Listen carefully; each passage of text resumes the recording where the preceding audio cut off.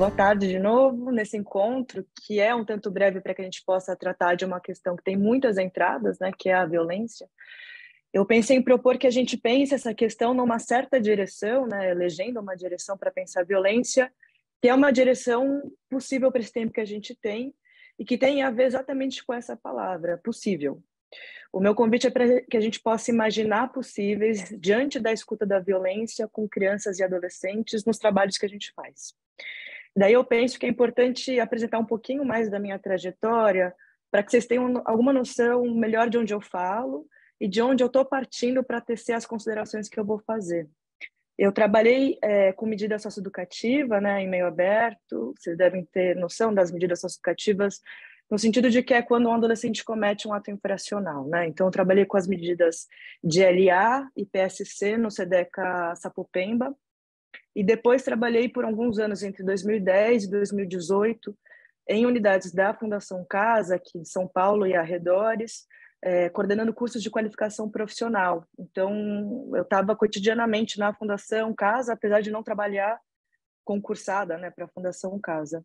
E depois, nos últimos anos, eu tenho trabalhado como supervisora de medida socioeducativa e como pesquisadora, não só do doutorado, mas outras pesquisas nacionais e regionais sobre o cumprimento da medida socioeducativa.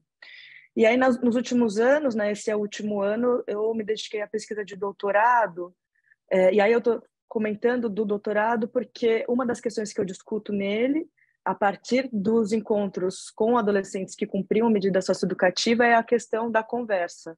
E daí eu discuto e penso, e tenho pensado nos últimos anos, a conversa como uma produção, que ela exige vários elementos. Então, o que eu quero dizer com isso é que uma conversa ela não acontece só porque duas pessoas ou mais se encontram, né? A conversa é pensada como um acontecimento porque exige, antes de tudo, que a gente não suponha que sabe tudo sobre o outro. Só que isso é muito desafiador, né? Desafiador é sustentar essa posição de não saber, porque muitas vezes, quando a gente supõe que não sabe, a gente fica com a sensação de que então não sabe nada, né? Então, durante esses anos de trabalho com adolescentes e profissionais nas medidas socioeducativas, eu fui aprendendo que algumas condições dificultam essa posição de conversa, né, que pressupõe um olhar individualizado para cada pessoa com quem a gente se encontra. Primeiro, tem o fato de que a gente ainda precisa brigar para que esses meninos e meninas, e daí eu não estou falando só de medida socioeducativa, mas de certa forma é um perfil semelhante àqueles que chegam aos acolhimentos, de uma certa classe social, de uma racialização, né, que atravessa eles.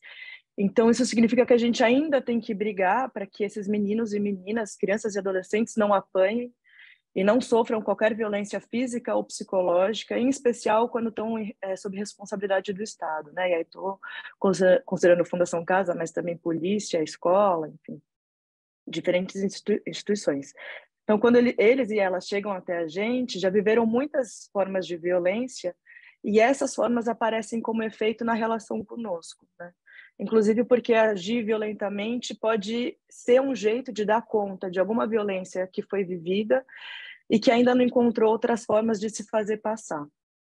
Além disso, eles e elas, né, ainda não têm garantidas as condições mínimas para o exercício da vida digna e cidadã, e são atravessados por diferentes desigualdades que deixam marcas que vão dificultando que outras relações, digamos, mais saudáveis, possam ganhar espaço.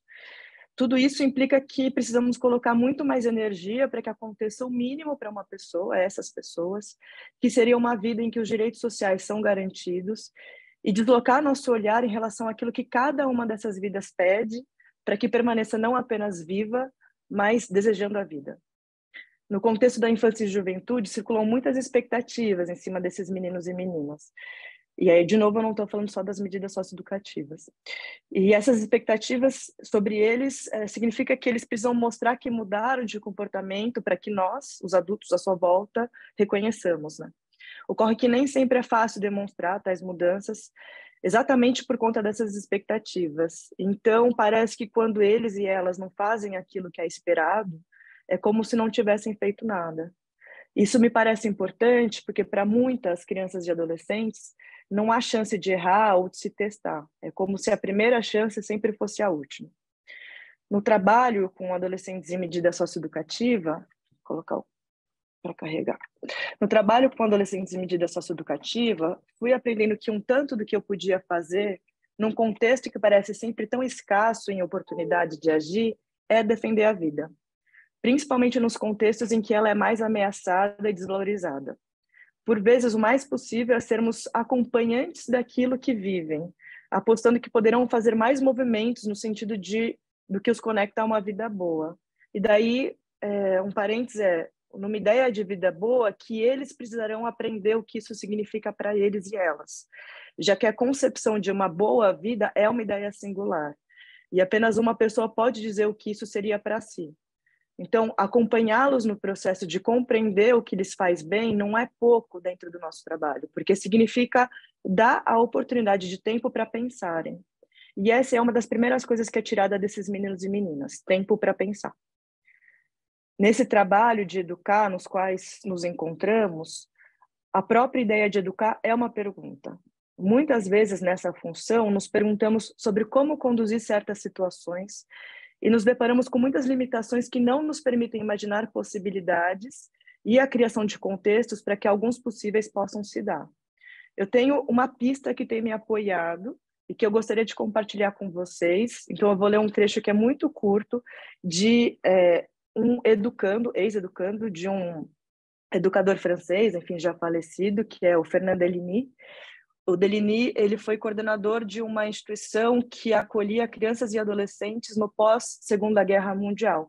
Então, eram crianças e adolescentes que tinham perdido os pais na guerra e que tinham vivido e praticado muitas formas de violência, né? Então, tem um livro que chama Os Vagabundos Eficazes, que é sobre essa história dessa instituição, e tem no fim desse livro um relato de um ex-educando dele sobre os educadores dessa instituição.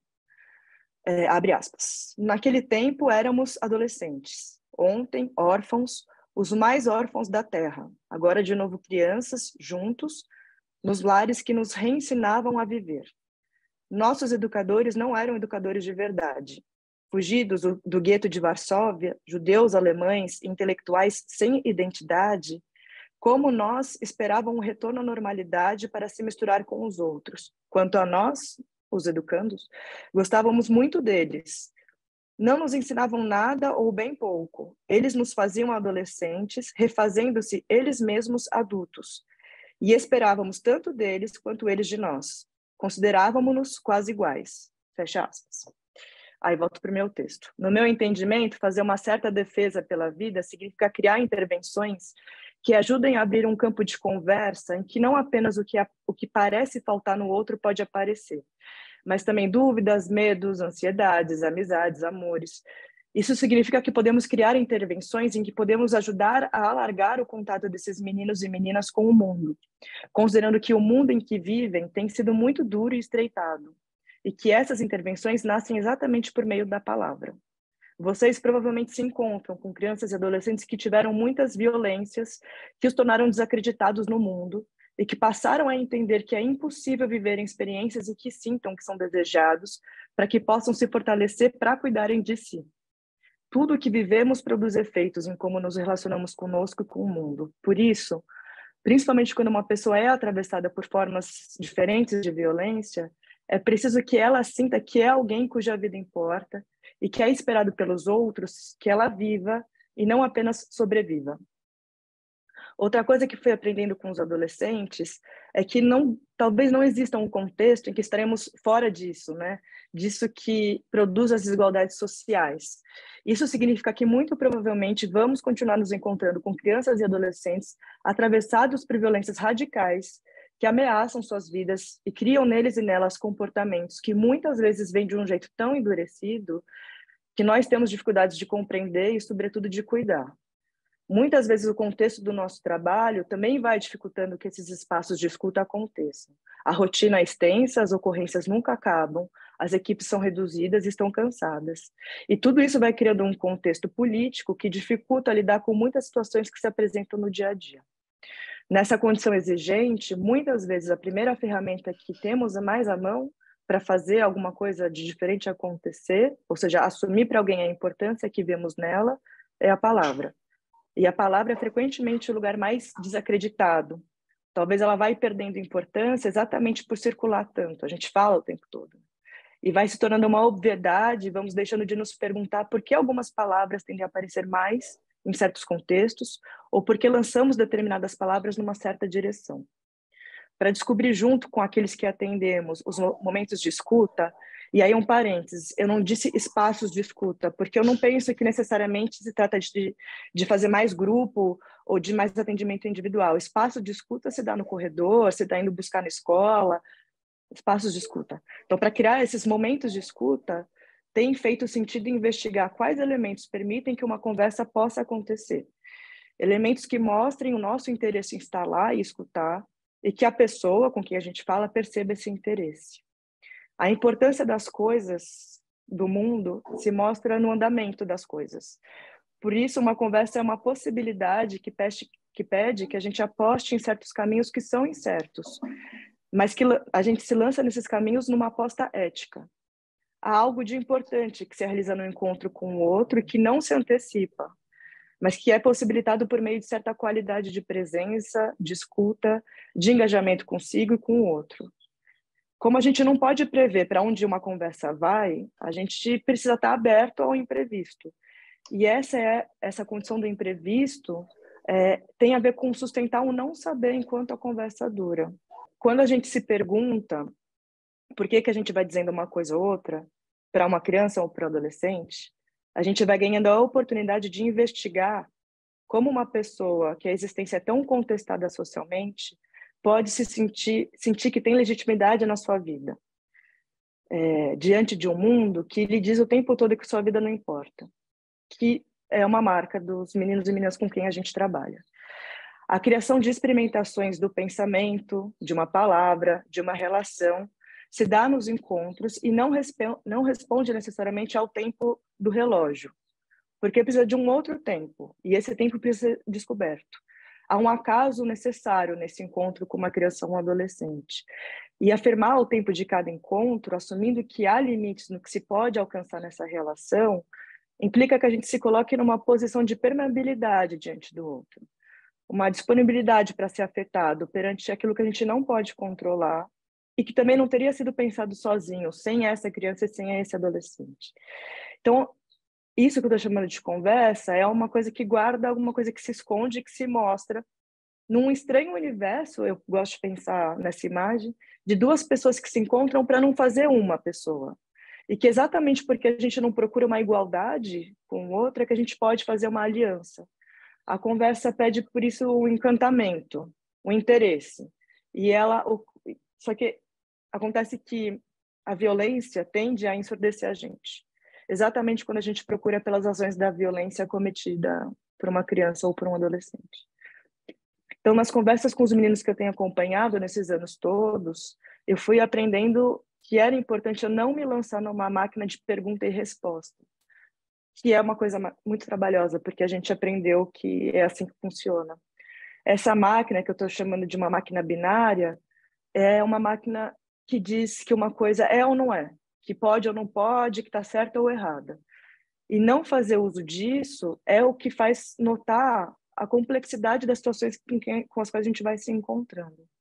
Então, vou dar um exemplo, né? Eu fui entendendo que para muitos adolescentes, exigir a presença deles na escola, sem me implicar no que fazia com que essa presença pudesse acontecer, ou seja, só fazer a matrícula, acabava reproduzindo uma certa violência com esses adolescentes. E aí eu vou dar um relato que eu acompanhei. Certa vez eu estava esperando um adolescente num serviço de medida socioeducativa para fazer uma conversa com ele fora da medida socioeducativa, e daí eu testemunhei o técnico de medida falando com ele. E dessa cena eu escrevi o seguinte: ele, o técnico, sabia que você estava faltando na escola e avisou que enquanto você não fosse, você não teria o fim da sua medida socioeducativa. Mas que se você fosse para a escola por 2 meses seguidos, você ficaria livre da medida. Você balançou a cabeça sem dizer uma palavra. Me pareceu que queria dizer que não tinha jeito, que para você a escola não era uma possibilidade, que 2 meses te pareciam uma eternidade. Depois, nesse dia, conversando com esse menino, eu compreendi que o tempo de estudante o fazia lembrar do passado. Ele, naquela época, tinha 17 anos. Mas quando, com 12 anos, ele foi morar na rua, porque a casa da família ficara muito apertada, e ele não tinha dinheiro para nada, a escola foi ficando para trás. Então, para esse menino estudar, também tinha a ver com ter que fazer muitas renúncias, que de tão cotidianas pareciam não existir, mas estavam lá. Ele abdicou por algum tempo de compreender os conteúdos dados em sala de aula, de ser chamado pelo próprio nome, de ser acompanhado por sua mãe na escola. Ele desejava viver muitas coisas que o dinheiro que ele tinha não permitia, e estudar não era preocupação quando ele tinha 12 anos. Nem fazia sentido. Mais tarde, ele voltou para fazer o ensino fundamental, com 17 anos, no EJA. Como só havia a vaga disponível no bairro no único turno, estudar competia com um trabalho que teve que ficar para depois. Ele sentia raiva por não poder fazer as duas coisas ao mesmo tempo, numa vida que lhe deixava sempre poucas alternativas de escolha. Esse menino que eu conheci mostrava que quando ser estudante implica ter que lidar com um contexto que já tinha excluído ele, para ser possível estudar, ele precisava se experimentar em outras situações antes de voltar para a escola. Para muitos meninos e meninas, entrar na escola é ter que saber cotidianamente que não ter um tênis para calçar, ônibus perto para chegar na escola, vaga no melhor horário, estereótipos que limitam as experiências e regras das quais não foram explicadas para eles, e daí eles discordam. E quando eles discordam, lhe viram pária. Estando num ambiente tão sentido como tão alheio, tão não feito para eles, e se vendo como quem tem pouco ou quase nada para dar em troca, muitos não sustentam permanecer.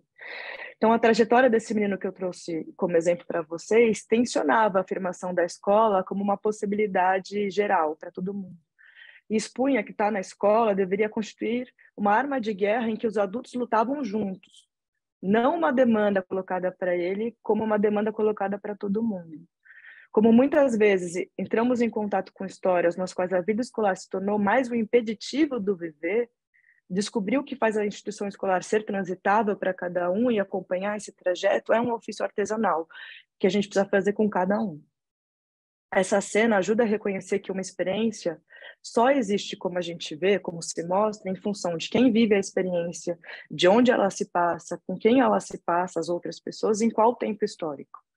Nós nos diferenciamos daquela máquina binária de pergunta-resposta, indo ao encontro de cada pessoa com uma abertura que é atenta, sem a pretensão de saber o que eles vão dizer e vivendo a afirmação de que é preciso não saber para poder passar a saber alguma coisa. É preciso que possamos nos arrancar um tanto de nós para criar comum com o outro. Um corpo em que a gente também possa ser afetado pela história do outro. Há, portanto, algo necessário para a criação de um comum com quem a gente se encontra, que é arriscar desencontrar-se de si. Correr o risco de ousar acessar alguma coisa que a gente nunca tinha imaginado, um outro pensamento. Porque ficar na própria cabeça, solitariamente, é ocupar um lugar sem saída. E há respiros que se fazem no encontro com o que é diferente da gente. Não há como saber antes, então, o que dizer a uma criança, a um adolescente ou a um colega, mas existe possibilidade de composição com essa outra pessoa que, tal como eu, não fala desde lugar nenhum, mas a partir das marcas que o constituem, que eu também falo das marcas que me constituem, né? Aquele que fala ativamente necessita também de alguém que escute. Por isso, a conversa não pode ser tomada como uma obviedade, uma tarefa simples, como se bastasse falar. E nos nossos trabalhos, a gente vive muito isso, né? Vai lá e conversa. Ou conversa com aquele menino, com aquela menina. Conversar do jeito que eu vou propondo pensar é muito difícil, não basta falar. Então, as questões sobre as quais a gente fala com o outro, elas precisam ser fabricadas, como todas as coisas da vida. E se elas não são formuladas, mas aparecem de um jeito fixado, como só pudesse ser daquele jeito, às vezes a gente fica com um pouco para dizer, né? Diante de um outro. Então, começar uma conversa atenta ao outro e a si, e aquilo que grita numa situação, é trabalhoso. Porque a palavra sempre tem uma densidade que evoca algo no outro e que a gente não pode controlar. Ainda assim, é nesses encontros que pode haver uma composição interessante, que não se faz apenas na convergência de ideia, mas nos enroscos mesmo. Então, esse é como um preâmbulo, né? Para a gente pensar por que eu estou defendendo tanto a conversa. É porque a gente só acessa uma experiência de vida com o outro. São as nossas próprias práticas cotidianas que nos permitem ampliar um campo de análise sobre aquilo que a gente vive como problemático, para que então a gente possa viabilizar outras práticas nesse mesmo dia a dia. Por exemplo, quando imaginamos o que e como o outro viveu, geralmente a gente deixa de fazer perguntas. A gente supõe que já sabe o que aconteceu e como esse outro está sentindo. Para conversar, no entanto, a gente tem que passar por uma certa gagueira, que é como se a gente fizesse uma gagueira dentro de uma língua que a gente já fala, e que a gente já conhece. É um momento de se colocar num lugar outro, que não é o mesmo que se colocar no lugar do outro. Numa espécie de conversa em que a gente não sabe onde a conversa vai levar, em que não estamos ali de meros curiosos, mas interessados pela experiência viva do outro, passamos a entender o que importa falar, o que cabe ou o que não cabe dizer. Ao conhecer e discutir com o outro suas histórias de vida, a gente pode ajudá-lo tanto a produzir saberes sobre si, quanto a questionar racionalidades que brigam contra a sua vida e que estavam ali, como o racismo, está ali, e briga contra a vida, e nem sempre é reconhecido. Passo a passo, podemos ir criando um espaço em comum a partir da conversa. Nesses momentos, é possível perceber, inclusive, afetos que também nos atravessam. Amor, ódio, dúvida, existem no corpo do outro, mas também no nosso, porque são produzidos em relação. No meu trabalho, nem sempre é fácil ressaltar a relevância da vida daquele adolescente que está sendo ameaçado de alguma forma. Nas conversas, a escuta da violência também passa pelo meu corpo e também produz em mim efeitos inesperados. Por mais que eu estude, que eu faça supervisão, que eu trabalhe com isso há muito tempo, sempre vem alguma coisa que eu sinto que eu não estava preparada. Eu, por vezes, fico nervosa e sinto até o meu rosto ficar quente, escutando alguns relatos de violência. E já me ocorreu que naquele mesmo instante em que eu escuto um relato difícil, eu fico imaginando o que será que eu vou poder dizer em seguida. Há momentos de não saber o que fazer com esses relatos. E eu vou trazer um exemplo. Quando eu escrevi a cena que eu vou ler abaixo, foi com outro adolescente que também estava com 17 anos. Eu escrevi assim, pequeno, são as memórias dele, pequeno, com 4 anos de idade, Licão, que era o apelido dele, buscava o padrasto no bar, onde ele gastava o dinheiro do aluguel com bebida. Certa vez, da mão do padrasto veio um tapa. O menino pequeno caiu ajoelhado, depois levou um soco e apanhou com fio de cobre. Ele me disse, eu era pequeno, ainda usava a camiseta do ursinho Puff que ficou toda coberta de vômito. Seu corpo doía e segue marcado tantos anos depois. Naquele dia, o Licão levantou a camiseta e me mostrou as cicatrizes dele. Eu não pedi, ele mostrou e eu tive que me haver com isso naquela hora. Esse era o mesmo menino que gostava de ficar perto da avó, que costurava e que sabe a diferença entre crochê e tricô, porque a avó contou. Ele cresceu homem forte de palavra, olhar intenso que conta toda uma vida. Hoje, ele enfrenta o padrasto na voz e não abandona o irmão, que é filho do padrasto. O mesmo padrasto fez o irmão, que é um menino bom. Em ocasiões como aquela em que ele me contou essa cena, era necessário afirmar o acalanto que faltara para ele e que, faltando, disputava com a vida dele. Quando me calar, eu, Beatriz, parecia insuportável, escutando sem tentar dar um significado para o relato do Licão, eu também fazia aliança com ele, permitindo que outras escutas em outros momentos acontecessem. Naquele dia, o que eu pude foi verbalizar que aquela violência não deveria ter acontecido com ele. E isso não foi pouco, diante de um adolescente que escutara muitas vezes que ele devia e precisava apanhar. Eu reconheci que ele não podia ter vivido o que ele viveu. Um menino que era diariamente parado pela polícia e, enfim, e apanhava muitas vezes. A exposição do real da violência pede uma delicadeza na escuta que respeite o narrador naquilo que pode feri-lo mais uma vez. Alguma coisa, uma certa pergunta que se coloque como mera curiosidade pode atrapalhar, já que a gente não sabe antes o que alguém pode aguentar, mesmo no relato. Há um limite de quem conta uma violência que foi vivida e que precisa ser sustentado. Por isso a escuta tem uma dimensão pública. E é possível agir nessa dimensão quando a gente também é possível agir quando a gente estranha alguma coisa. A gente estranha que um menino tenha apanhado. A gente não naturaliza. E isso não requer mais perguntas. Porque a gente pode afirmar que uma violência não deveria ter acontecido, e também a gente pode afirmar que ela é feita de muitas circunstâncias que precisam não acontecer.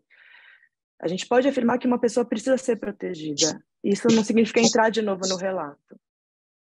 Escutar, valorizando quem fala, já é tomar partido. E isso é o que significa entrar no ponto de vista de uma maneira do outro existir. Não apenas para ver onde ele ia ver, mas para fazer existir mais, para fazer existir de uma outra maneira. Eu vou dar um outro exemplo de quando eu estava na Fundação Casa, numa unidade de internação que tinha sempre muito tumulto, muita rebelião. E um dia eu chego depois de um tumulto para, enfim, acompanhar os cursos, e uns adolescentes que eu já conhecia há algum tempo me falam: hoje a gente acordou jogaram um balde de água na nossa cabeça para a gente acordar. Eu olho, né, lamento, e aí eles dizem: não, mas a gente fez por onde, né? Porque eles estavam na Fundação Casa. Naquele momento, o que eu podia? Eu não podia, talvez, mais do que usar as palavras e reconhecer que não. Qualquer coisa que eles tivessem feito não permitia aquele comportamento em relação a eles. E isso não era pouco para meninos que estavam apanhando diariamente. Então, conquistar conversa como conquista, tem a ver com suportar algo de inesperado que guia o encontro com uma pessoa. Quando estamos diante de outra pessoa, a partir de um convite dilatado em possibilidade de escuta, a gente pode falar de muitas outras coisas que ajudam a aparecer depois, quando for possível, aquilo que mais precisa aparecer, mas que por algumas razões que são às vezes desconhecidas, ainda não pode aparecer. Com alguns adolescentes, como estratégia, eu posso falar sobre o cigarro que eles fumam e que muitas vezes eu fui comprar junto, apesar de eu não fumar, da praia que eles gostariam de conhecer, dos pais e mães e filhos, de como a gente foi como filho, dos amigos do bairro, de esporte.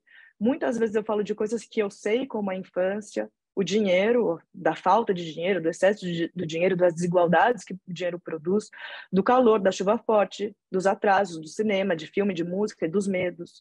Eu também posso falar de coisas que eu não gosto ou de coisas que eu não sei, como o Natal e andar de moto. Eu não falo sobre tudo isso com todos os adolescentes, porque a condição da conversa se dá na própria conversa, pelos próprios adolescentes e pelas minhas memórias também. Mas são os adolescentes que vão dando os sinais do que eles podem ou não falar, do que eles podem ou não escutar de mim.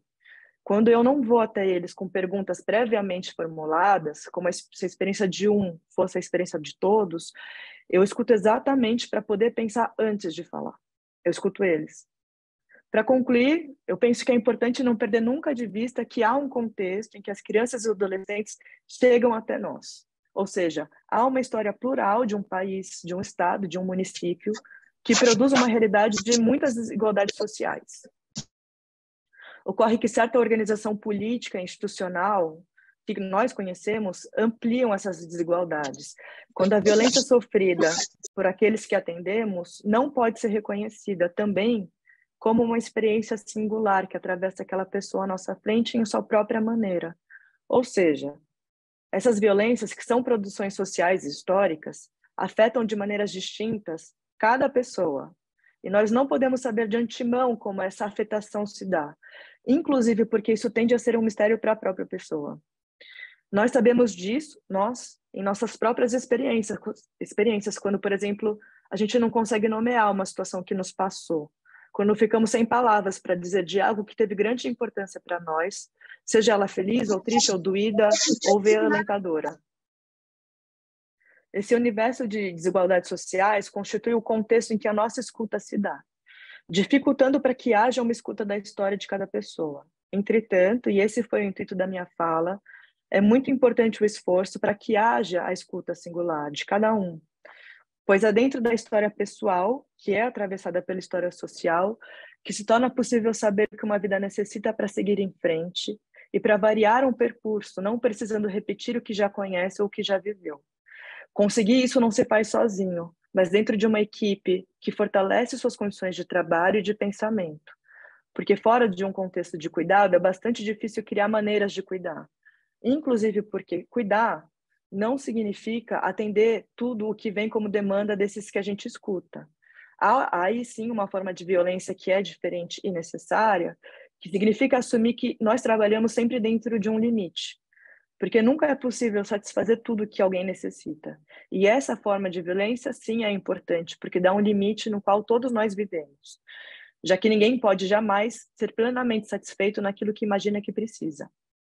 Diante do desafio que é, muitas vezes, fazer a escuta da violência, eu trago algumas afirmações que eu tenho usado como pistas e que podem ajudar a aventar algumas direções que nos auxiliem quando estamos diante de histórias de vida muito difíceis, seja porque lamentamos que tenham ocorrido a alguém, seja porque mobilizem nós mesmos afetos desafiadores e que tem a ver com a nossa própria história e com as nossas próprias memórias.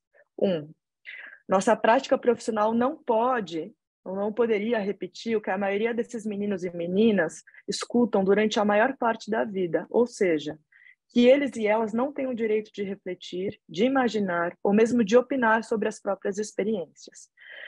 Não encontrarem tempo e espaço para pensar já é efeito de uma construção histórica e social sobre a infância e a juventude, principalmente pobres, em que as suas vidas são tomadas frequentemente no campo da necessidade, ou seja, é como se eles precisariam sempre do mínimo, do essencial para sobreviver, como um lar seguro, boa alimentação e escola. E aí tudo que parece que além disso fica sendo tomado como pouco. E a palavra e a escuta qualificada entram nesse lugar de desimportância diante de outras condições. 2, nós todos fomos formados socialmente numa direção de pensamento em que a palavra compartilhada, a palavra que se faz num tempo lento, perde espaço. Com isso, mesmo não querendo, acabamos muitas vezes desconsiderando que aquilo que acontece diz respeito não apenas àquela pessoa que está na nossa frente, mas também a uma sociedade que estamos construindo e que tem sido individualista e violenta. 3, um dos efeitos das desigualdades sociais é o apagamento da singularidade das pessoas, ou seja, daquilo que somente uma pessoa tem, que somente ela poderia dizer e fazer daquela forma. Em nossa prática, nós podemos agir no caminho oposto a esse apagamento. Então, se algumas situações com as quais nos encontramos acontecem com a grande maioria dessas crianças e adolescentes, isso não significa que eles e elas vivam as questões da mesma forma.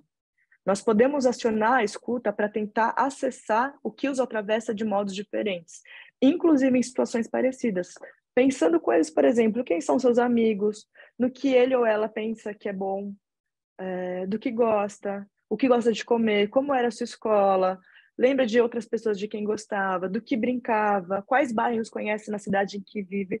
Tudo isso faz dizer da violência, porque cria aliança em que dizer da violência passa a ser possível. Essas são apenas algumas afirmações que podem ajudar uma conversa a acontecer e nos dar pistas sobre como cada um e cada uma entende e vive o mundo. Os meninos e as meninas com os quais me encontro narram frequentemente eventos carregados de enfrentamentos difíceis, mostrando que precisam lutar bastante para manter viva uma parte de si sempre ameaçada, encontrando formas para lidar com a raiva e a tristeza decorrentes da pobreza e das situações de violência, racismo e outras humilhações. Com o tempo, eles e elas me fizeram pensar que é importante que eu contribua com algo para além da minha escuta, para que o retorno aos relatos de violência não seja a única marca de suas existências. Vivendo circunstâncias tão ameaçadoras, frequentemente eles e elas, do meu ponto de vista, são chamados para falar apenas da violência, ancorando suas vidas em algo que passa a ser insuportável. Não falando também de outros assuntos, nós não podemos conhecer outros campos pelos quais suas biografias circulam, e a denúncia da violência ganha uma centralidade que também emudece, que também ensurdece. Não podendo haver outros temas que investiguem o que pode a vida fazer, inventando experiências para além da violência. O que não significa não falar da violência, mas, a partir desses relatos, poder ampliar o contato e as relações com o mundo.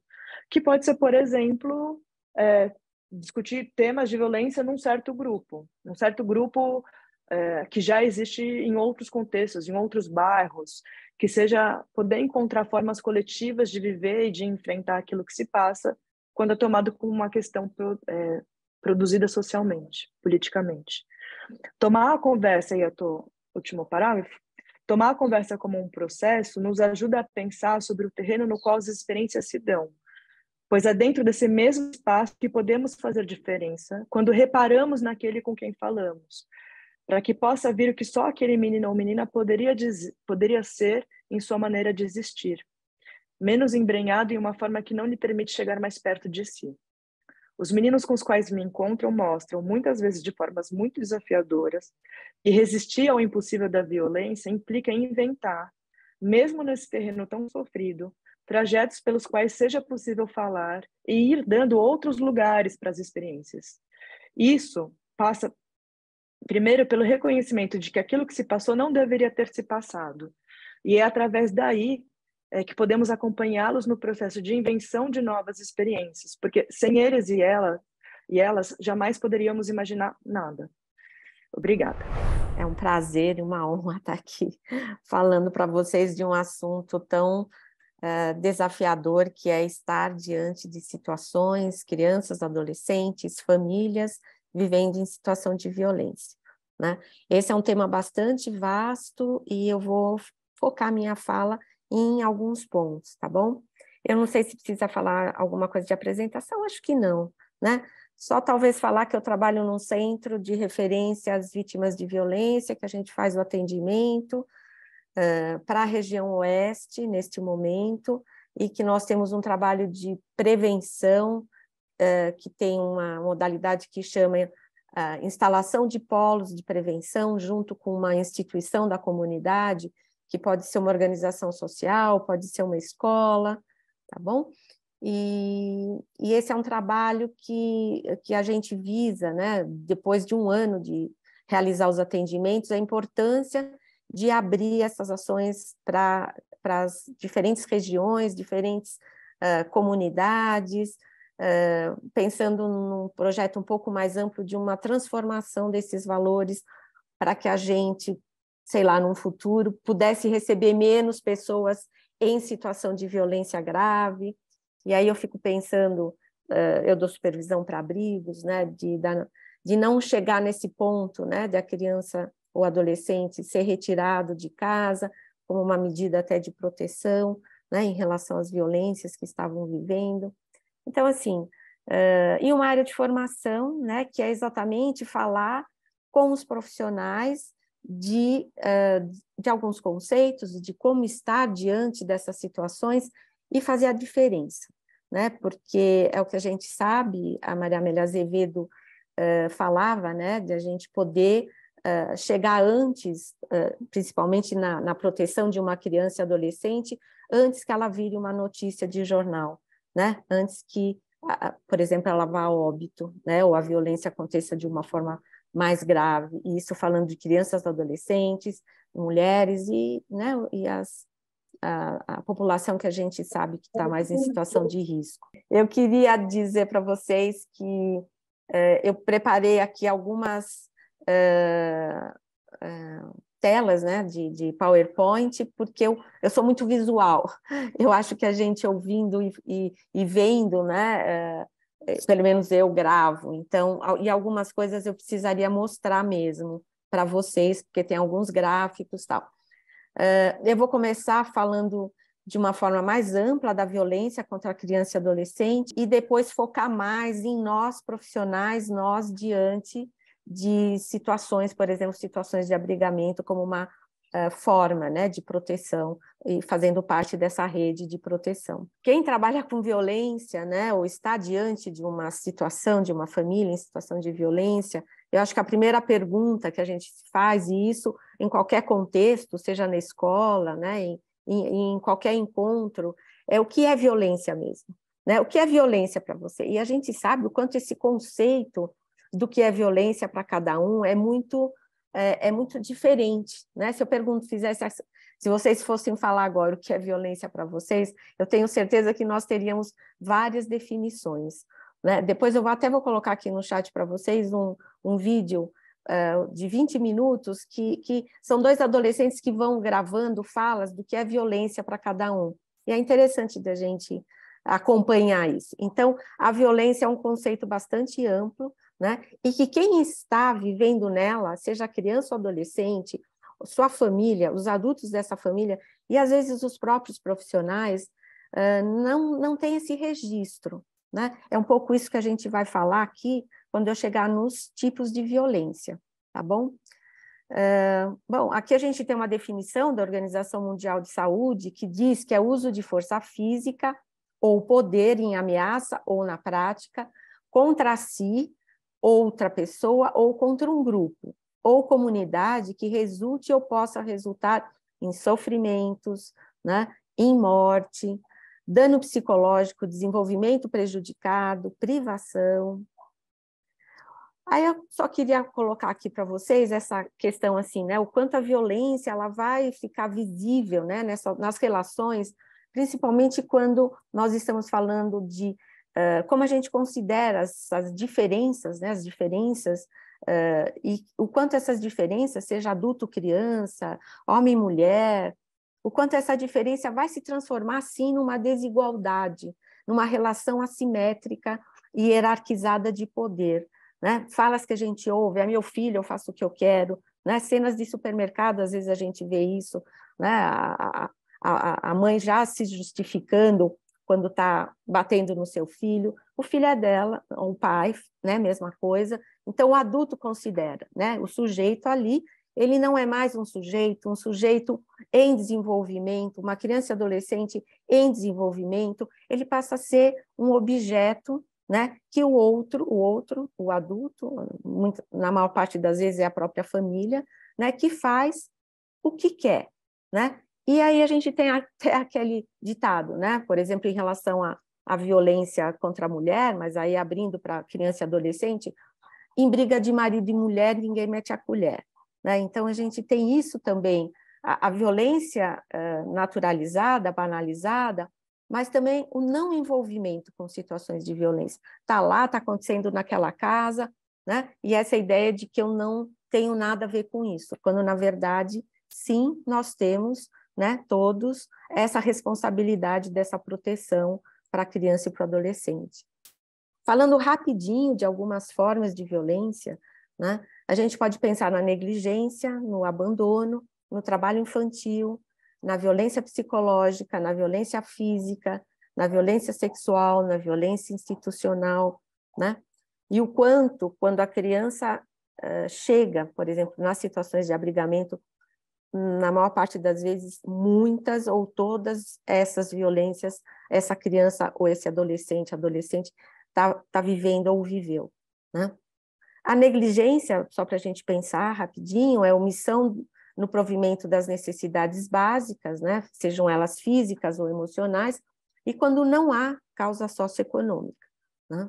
O abandono, ele caracteriza-se como abandono, a ausência do responsável pela criança ou adolescente, pode ser um abandono parcial, né? Temporário, tal, ou total, né? Em que a mãe entrega a criança, de repente, para uma tia criar, passa a guarda, né? Não é um abandono familiar, porque de repente pode ter uma tia, mas é uma mãe, né? Não fragilizada, vamos pensar assim, não conseguindo sustentar esse lugar, né? De cuidar do seu filho, da sua filha. O trabalho infantil, né, que é o trabalho infantil, é toda forma de trabalho realizado por crianças e adolescentes abaixo da idade mínima permitida, de acordo com a legislação de cada país, isso muda, imposto pelos pais responsáveis ou pais de rua, resulta em excessivas horas de trabalho, prejudica ou impede a frequência na escola e expõe a criança a diversos riscos de saúde, né, da saúde física ou mental. E aí a gente tem principalmente, ou uma das mais graves, que é a violência quando entra na questão da exploração sexual, né?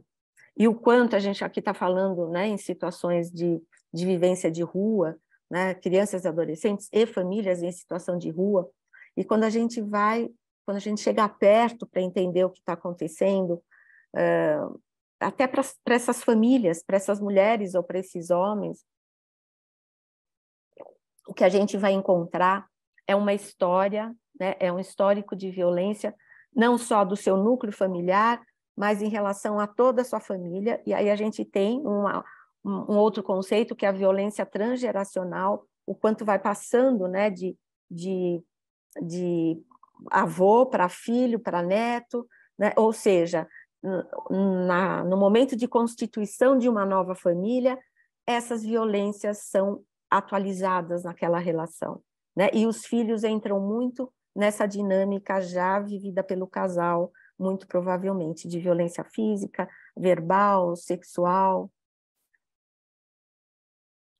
A violência psicológica, né, aquela que é mais comum e é mais difícil de a gente perceber, a gente que eu digo é o profissional mesmo, o quanto às vezes a gente faz, né, pequenas ou grandes violências, né, com o parceiro, com a sua equipe, na sua unidade de trabalho, né, na relação com a rede, é isso, né, a questão da discriminação, da depreciação, desrespeito, ameaça, constrangimento, humilhação, indiferença, a própria agressão verbal mesmo, né?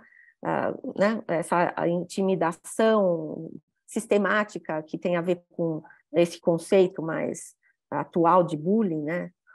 E que vai provocar, sim, um grande sofrimento e vai prejudicar, sim, o desenvolvimento emocional e principalmente a questão da baixa autoestima. Isso faz com que a criança e o adolescente acabe na sua vida com essa questão da baixa autoestima, em busca de um amor, em busca de ser aceite, em busca de ser querida, muitas vezes entrando em novas violências, em violências mais graves, né? Por exemplo, a violência sexual, né? E o adulto, não entendendo essa demanda da criança e do adolescente de carinho, de afeto, de ser querida, pode usar isso em seu benefício, né? E fazer uma violência contra aquela criança ou adolescente. A violência física, né? Só para a gente ver o quanto é toda ação, né? E ela pode ser única ou repetida, e a gente sabe que, na maior parte das vezes, são repetidas, a violência não aconteceu uma vez, não aconteceu duas, a violência é diária. Se vocês olharem no último Disque 100, está lá estampado um gráfico em relação a isso. A violência, ela é diária, né? Ou seja, essa violência não acidental ou intencional, cometida por um agente agressor, adulto ou mais velho, né, que a criança. Aí, muitas vezes, a gente já tem o próprio adolescente nessa roda, e às vezes uma criança, né, fazendo uma violência em relação a uma criança menor, e entra um adulto e, às vezes, um profissional dizendo para a gente, né, o autor da agressão, 9 anos, às vezes, o agressor, 9 anos, 10 anos, 11 anos, né? Como o profissional, né, pode entender essa dimensão e o quanto essa criança pode estar, e normalmente está, reproduzindo uma violência que ela vive diariamente. E aí vai ser atualizada com o colega da escola, né, com a amiguinha, com a professora, né, muitas vezes, e a condição ou que nós esperaríamos de continência, né, desde uma escola, esse professor ser acolhedor, entender o que aquela criança está vivendo muitas vezes e buscar ajuda, né? E aí buscar ajuda na rede de proteção, não é? E é isso, né? De repente, pode levar à morte, a gente sabe disso, né? Que começa com uma palmada e a criança ou adolescente vai desafiar, né? Muitas vezes o adulto, e essa violência, aí o adulto pensa, não, então agora eu vou fazer mais, vou violentar mais, vou bater mais, porque ela precisa aprender, né? E aí fica uma roda viva e essa violência aumentando. E é isso, a nossa violência, o quanto ela fica totalmente banalizada e naturalizada na questão do processo disciplinador. O adulto diz, eu faço isso porque eu gosto de você, eu faço isso para cuidar de você. Melhor apanhar de mim do que apanhar depois da polícia, como se só o bater ou coisas mais graves, né, fosse a única forma de colocar o limite para a criança e de ensinar, né, como ela vive, como ela está no mundo e como ela, né, vive as suas questões, respeita o outro e tudo mais. E a gente sabe que é isso, né? E a gente sabe, muitas vezes, até conversando com profissionais, o quanto os próprios profissionais também bancam um pouco, né, essa ideia de que, às vezes, um tapinha ou é corretivo, só que a gente sabe que o tapinha que está na cabeça, às vezes, de um educador, não é a mesma que está na cabeça desses pais, por exemplo, desses adultos. E como resolver conflito também. tem lá duas crianças, né, disputando alguma coisa, numa briga, o adulto chega e resolve como? Batendo, com violência, ou seja, quase que ensinando de que resolver uma situação ou dar um limite ou educar é sim, né, com a violência. A gente sabe disso, né, o quanto isso se dá dessa forma e é frequente. Vou falar rapidinho de algumas estatísticas, só para a gente né, fazer uma leitura assim, um pouco mais ampla. De cada 4 meninas que nascem, uma sofrerá de abuso sexual. 71% dos casos de abuso sexual são intrafamiliares. Isso é histórico, desde que nós começamos em 95, essa estatística continua a mesma. Vocês podem olhar no Disque 100 que vai estar lá. Como isso vai se repetindo? É sim o pai, ou o padrasto, ou o tio, a questão na violência sexual, e a mãe na violência física. 76% das vítimas são meninas. 37% têm menos de 11 anos. Isso era um texto, né, de 2003, e agora o Disque 100 nos traz que essa faixa diminuiu de 4 a 8 anos. Né? Muito mais cedo as crianças estão sendo violentadas. Né? O Brasil é considerado um dos 3 maiores destinos mundial do sexo. Aqui a gente tem algumas violências, né, nesse gráfico, e aqui o que aparece, a violência, por exemplo, sexual, lá atrás. Por quê? Né? E aí a gente entra na notificação, ou na não notificação, o quanto algumas violências não são notificadas e a criança não é protegida e adolescente, não é? Aqui, só para mostrar para vocês, uma forma mais visual, né, do quanto é a família ou a casa do suspeito, ou seja, é um vizinho, é um tio, na casa né, é na casa de alguém que a criança e o adolescente têm uma relação de intimidade, e daí a fragilidade, né, porque ela vai buscar carinho, né, ser protegida, e ela vai ter em troca uma questão de violência. Aqui o sexo do suspeito, né, só para a gente ter uma comparação entre negligência e violência sexual. Então, assim, é sim, né, a figura masculina, o maior, né, estatisticamente aparece como o autor da agressão. E na violência sexual, a questão da vítima, é até essa comparação, né, na negligência está meio parecido. Agora, quando vai para a violência sexual, por exemplo, é sim o sexo feminino, né, que é mais violentado desde nenezinhos, né? A gente tem bebês nessa situação.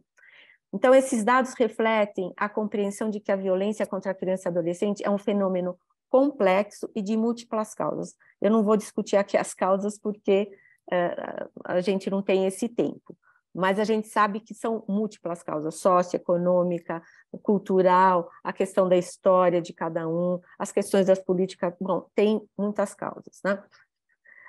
O que a gente pensa é como desenvolver uma consciência crítica e transformar esses valores, né, que levam à banalização e à naturalização da violência. Qual a importância de nós, profissionais, nessa escuta, né?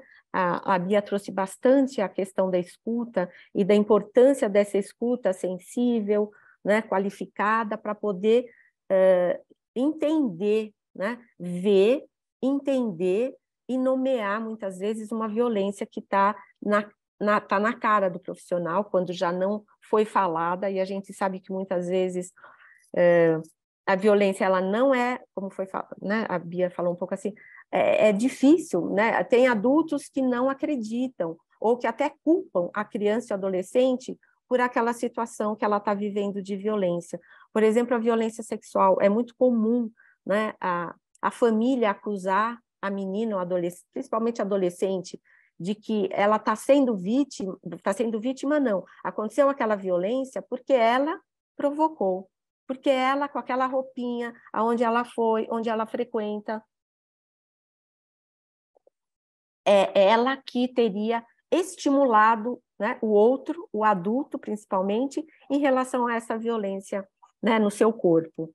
E muitas vezes isso como está dentro da família, já vem historicamente na vivência dessa menina, né? E quando a mãe, muitas vezes, diz você que provocou, né? Ou quando a mãe, muitas vezes, vê a filha que sofreu a violência sexual como uma rival, né? Na vida dela. E aí passa a ter todo um comportamento evitativo, abandônico, né? Muitas vezes é isso, é a criança que vai, né, para uma situação de abrigamento porque não foi acreditada ou porque a mãe continua ao lado do autor da agressão, falando agora da violência sexual, né, ao lado do autor da agressão e desacredita na sua filha e acredita, né? Mas por que ela faz isso? Porque ela quer ferrar com a vida da filha? Não. Muitas vezes, na hora que a gente começa o atendimento, o que a gente constata é que essa mãe também teve uma história de violência, assim como a tia, assim como a avó, né? Então, na verdade, a gente não tem uma criança, um adolescente, né, para cuidar ou para escutar, né? A nossa escuta tem que se ampliar, assim, para a família. A gente tem uma família em situação de violência e que, muitas vezes, submetida, né, à questão do pacto do silêncio, que é não falar, né? Mas eu vou falar isso um pouquinho mais para frente.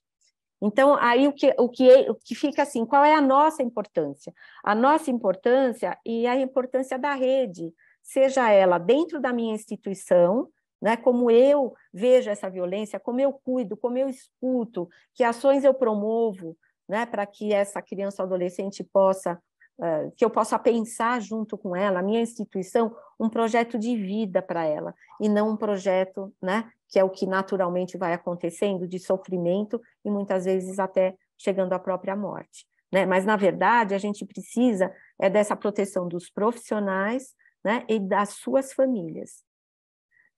A grande pergunta é, o que depende de mim, né? O que depende da minha equipe, a gente está falando dessa rede, e dessa rede de proteção maior, que são os parceiros nossos, seja a saúde, a educação, esporte, lazer, outros espaços de convivência e de projetos de vida para essa criança, adolescente, essa mulher, essa família. Por que essa questão é importante? Eu enquanto profissional. Porque eu, profissional, é que vou identificar a questão da violência. Mas aí eu preciso perceber. E para perceber, eu preciso usar toda a minha percepção. E a gente sabe que, às vezes, as pessoas vão se anestesiando, né? Seja socialmente, seja na própria família, né? E a própria, vamos chamar de vítima, também faz um anestesiamento na sua percepção. Então, como perceber que tem alguém, né, eu, enquanto profissional, que está em situação de violência e que qual é a violência, não é? Dá um nome para... Não, isso chama violência sexual, isso não é um carinho, isso é uma violência sexual. Você não está educando, isso é uma violência física, por exemplo, né? Aí o próximo passo do profissional que é fazer a notificação. Qual a importância da notificação? A notificação implica em romper o pacto do silêncio que eu estava falando, né? Que muitas vezes a avó diz para a mãe da criança que está em situação de violência, mas por que ela resolveu falar agora? Eu passei por isso, você passou por isso, e a gente não falou, né? E a gente sobreviveu. Por que ela tinha que falar e desmoronar toda a família? Né? E aí, muitas vezes, ir para a situação de abrigamento, né, como uma possibilidade de convivência, né, desenvolver a sua vida, seja criança ou adolescente.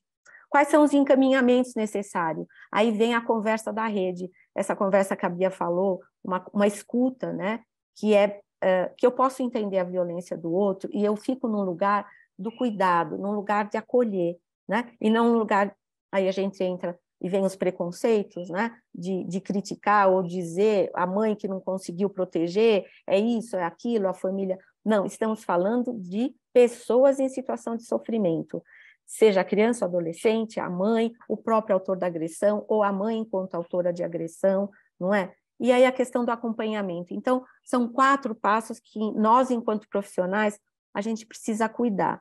São 4 passos que a gente precisaria, né, dominar um pouco para proteger de fato a criança e o adolescente. A grande questão é isso que a Bia já até assinalou para vocês, o impacto emocional que causa no profissional estar diante de uma criança, adolescente e de uma família. O que foi identificado, aí é uma pesquisa, é interessante isso, pelo fato de lidarem diretamente com esse fenômeno da violência, de verem a violência ali no seu trabalho, profissionais se tornam mais sensíveis e atentas às atitudes das pessoas que estão ao seu redor, seja no seu trabalho, seja em casa, com o marido, com os filhos, coisas que antes talvez nem fosse violência para essa profissional ou para esse profissional, a ficha começa a cair, né? E aí a pessoa se vê também numa situação de violência, né? Nessa relação. E como falar disso com o outro, né? Como eu posso reconhecer um outro diferente de mim, chegar e falar, olha, isso que você está falando me magoa, me machucou, né? A importância da comunicação. É inegável que esse trabalho influencia a vida dos profissionais e que as variadas emoções são desencadeadoras de um grande desgaste físico e mental, transferindo esse desgaste para o contexto profissional, social, familiar.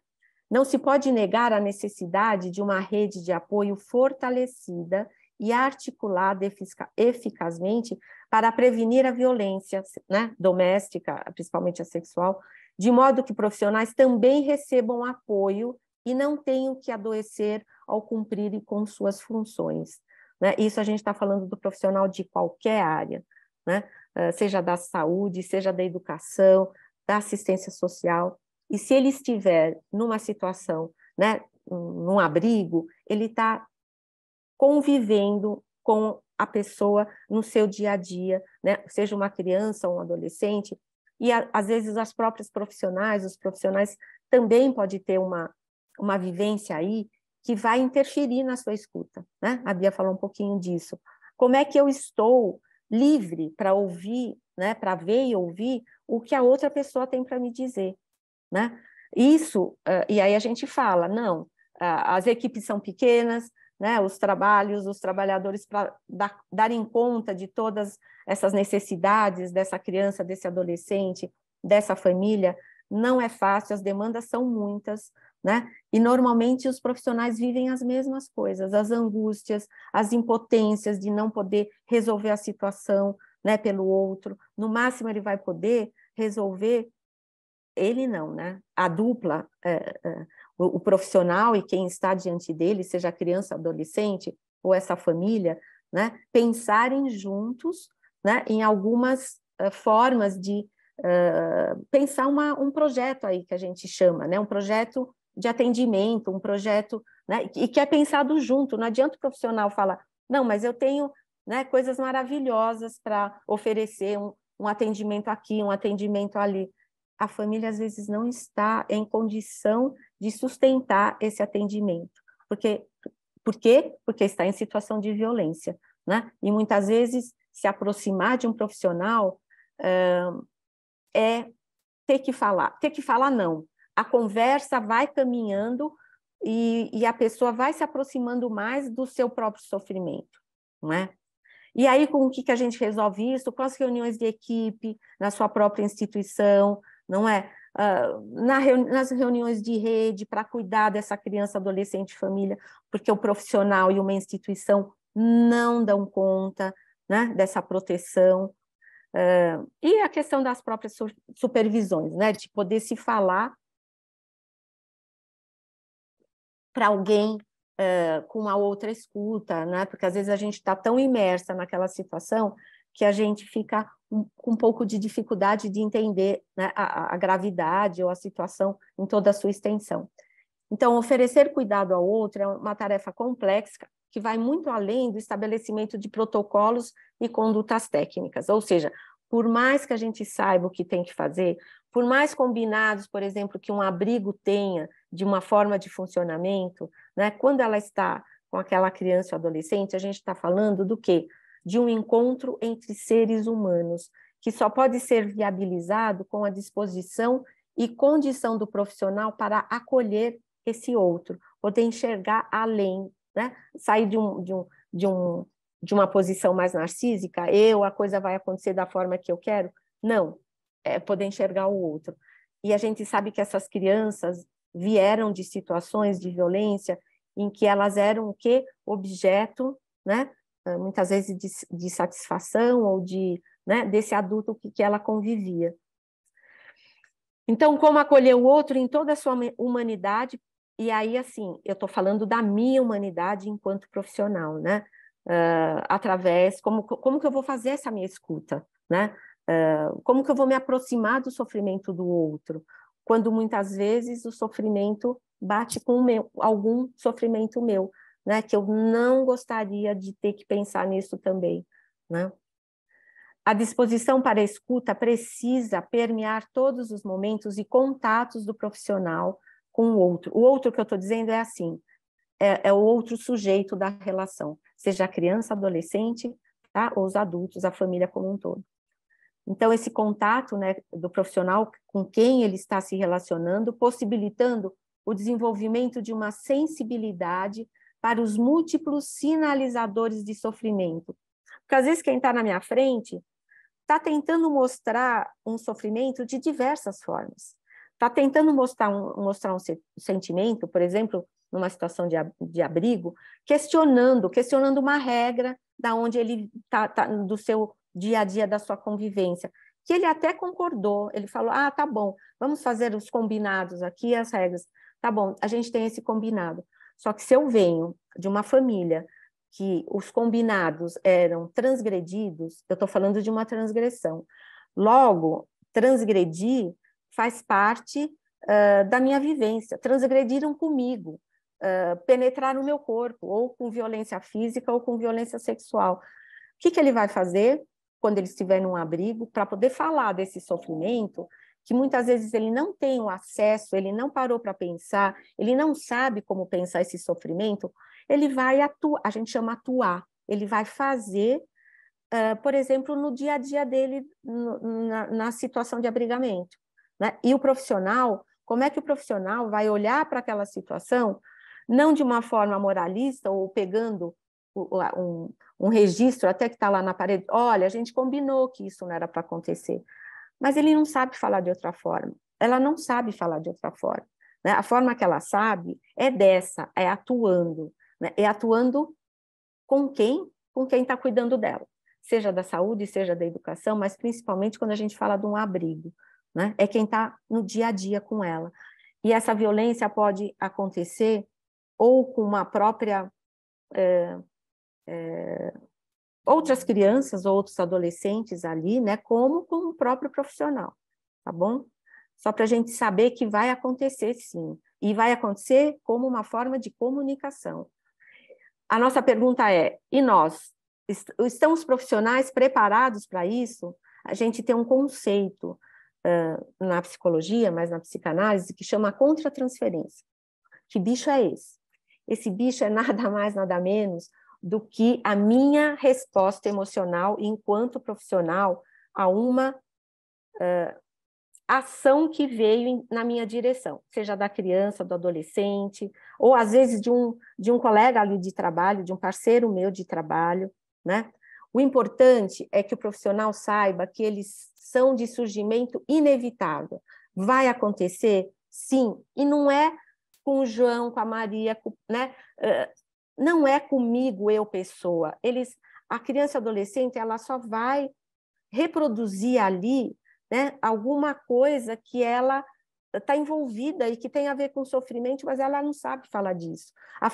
Ou seja, ela sabe falar dessa forma, fazendo com que o profissional viva junto com elas o quê? Situação de impotência, na hora que o profissional fala assim, mas como assim? Eu não estou conseguindo lidar com essa criança, eu não estou conseguindo lidar com esse profissional, né? Um parceiro de trabalho, né? Eu não estou conseguindo, impotência, frustração. Então, é trazer para o universo emocional do profissional sentimentos que a criança ou adolescente estão ali vivendo e precisam conversar. Só que a conversa possível é dessa forma. Que o segredo do êxito técnico, né, desse profissional consiste em não permitir que esse sentimento que foi despertado nele invada sua mente, no sentido de que ele não possa pensar, ou seja, olhar para a criança, né, ou adolescente que está perto dele com uma visão assim de querer entender, e não como uma reação, né, que muitas vezes pode acontecer também, né? Isso vai interferir na escuta. Só que quando a gente fala aqui não permitir, Será que a gente consegue não permitir? Será que a gente consegue, né, ficar nesse lugar de poder ouvir, de poder viver junto, né, situações tão sofridas e doídas, né, sem eu também me paralisar, sem naquela hora não ter a melhor resposta? Não importa. Se eu não tiver a melhor resposta naquela hora, a criança, o adolescente vai continuar repetindo aquilo, vai me dar outra chance para eu poder entender. A ideia é essa, tá bom? Na verdade, ela vai utilizar o profissional, né? Vai utilizar o que ele está sentindo como um instrumento de empatia, gente. Esse é um conceito também bacana e complexo, mas é isso, usar o meu sentimento enquanto profissional para entender o que o outro está querendo me dizer, né? E que não está podendo. Não está podendo porque ele nem pode parar para pensar na própria violência que viveu, né? Não pode nomear. E aí, eu sou usada no bom sentido de que essa criança ou adolescente, por exemplo, né, o acolhimento pelas profissionais, né, uma das situações que acontece em abrigo é a entrada e saída de crianças, né, é essa questão de construir e romper vínculo, fazer e romper vínculo, isso é uma coisa que causa muito sofrimento, não só para a criança ou adolescente, quando ela muda de abrigo, ou quando ela vai para uma situação de adoção, ou quando ela volta para casa, né, o profissional também vai vivendo junto essas situações. Será que eu me ligo ou não? Será que eu estabeleço um vínculo bacana e me aprofundo ou não? Né? E tem juízes que digam assim, também essa criança está com dificuldade de sair desse lugar porque, né, porque vocês promoveram muito essa questão da vinculação. Não, errado. Né? Viver um bom vínculo ali com vocês, né, com um profissional, é a melhor forma dela ir para outros vínculos e também já com um crescimento mental, podendo, né, fazer retomada das suas questões e seguir adiante, ou seja, na vivência com os profissionais numa situação de abrigamento, é o melhor momento, talvez, da vida dela poder desenvolver uma consciência crítica, né, e fazer uma transformação na sua forma de estar com o outro. Né? Ela pode talvez, deixar, a gente chama de desidentificação com aquele pai, com aquela mãe agressora, violenta, e ver uma outra forma de estar junto, trocar afeto, gostar do outro, que não seja através disso. Então, o que a gente tem que pensar é que a importância do acolhimento de crianças, adolescentes, para a transformação de seus relacionamentos e o resgate dos vínculos, de forma geral. As suas histórias foram interrompidas por motivos dolorosos, que inclusive, né, que incluem isso que a gente falou, né, as múltiplas causas, a extrema pobreza, a questão do abandono, a questão da negligência, do abuso físico, verbal, sexual, né, por parte dos familiares. Então, quando a criança chega numa situação de abrigamento, ela traz junto com ela, né, não só uma escovinha de dente, uma roupinha, mas toda a sua vivência emocional.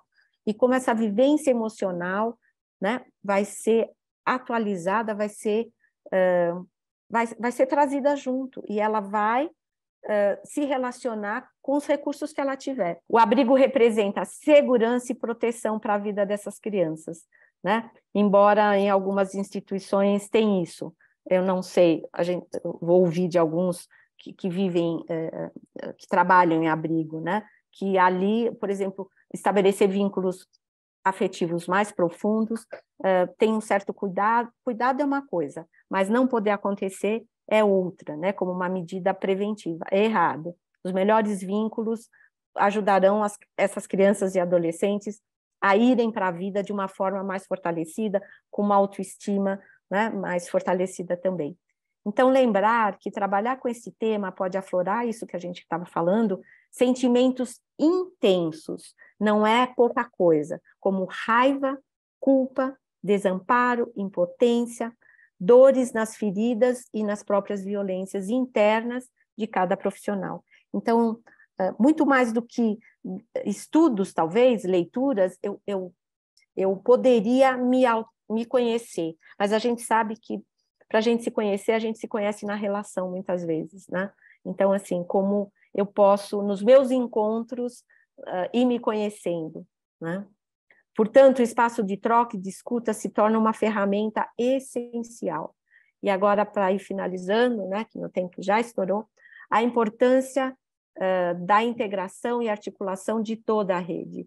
Eu, profissional, acolhendo quem está comigo, né, e eu, profissional, sendo acolhida pelas pessoas que trabalham comigo, na minha instituição e na rede, né? Porque, como a gente viu, as famílias em situação de violência têm muitas demandas, né? E um profissional, uma instituição, não dá conta. Por mais que eu queira transformar a vida, né, dessas crianças e adolescentes para que elas não sofram, né? É isso, eu não faço nada sozinha, como a Bia falou, né? No máximo, a gente pode pensar juntas com uma escuta bacana, né? E que possibilite que essa criança ou adolescente possa pensar, possa nomear, né? E possa se sentir acolhida, e acolhida principalmente, né, por nós, profissionais. Mas também a gente tem os profissionais, as instituições, as famílias e a comunidade. A gente sabe o quanto a família, a comunidade pode ser acolhedora ou não, né? Pode ser também um espaço de grandes violências, não só ali para quem mora, mas para profissionais que estão trabalhando ali. A gente sabe isso, a gente, né, tem isso, relatos de profissionais da saúde, da educação, que na hora que acontece ou é identificado uma criança em situação de violência, não é? Que outras violências isso vai gerar para a própria família, por exemplo, no caso da violência sexual, né, o quanto isso, sabido pela comunidade, é quase uma sentença de morte para o autor da agressão. Então, assim, é sempre assim, né? Para se cuidar da violência, vem uma outra violência maior ainda. E é exatamente o nosso trabalho que pode, talvez, promover junto com quem nós estamos uma transformação. Aqui eu só trouxe 2 livros que vocês acham no site do SEDES. Um tem a ver com ações de prevenção, que é esse primeiro, O Fim da Omissão, né? Como eu não deixo mais né, que o outro se vire com o seu sofrimento. Então, como eu saio desse lugar de omissão, né? Mas tem a ver com o trabalho de prevenção, fala de oficinas, como realizar oficinas, e o outro é reconstrução de vidas, que fala um pouco mais dessa teoria ou de alguma coisa que vocês tenham curiosidade em relação, né, à violência contra a criança e adolescente, principalmente. Tá bom? Bom, o que eu posso desejar é bons encontros para vocês, né? E que vocês possam ter essa liberdade interna de poder olhar para a agressividade de quem está na minha frente, da sexualidade, né? Como eu trabalho isso dentro de mim, como isso está tranquilo ou não, né? E o quanto cada encontro vai fazer, né, com que a gente caminhe, né? A gente espera, pelo menos, que a gente se conheça na relação com o outro.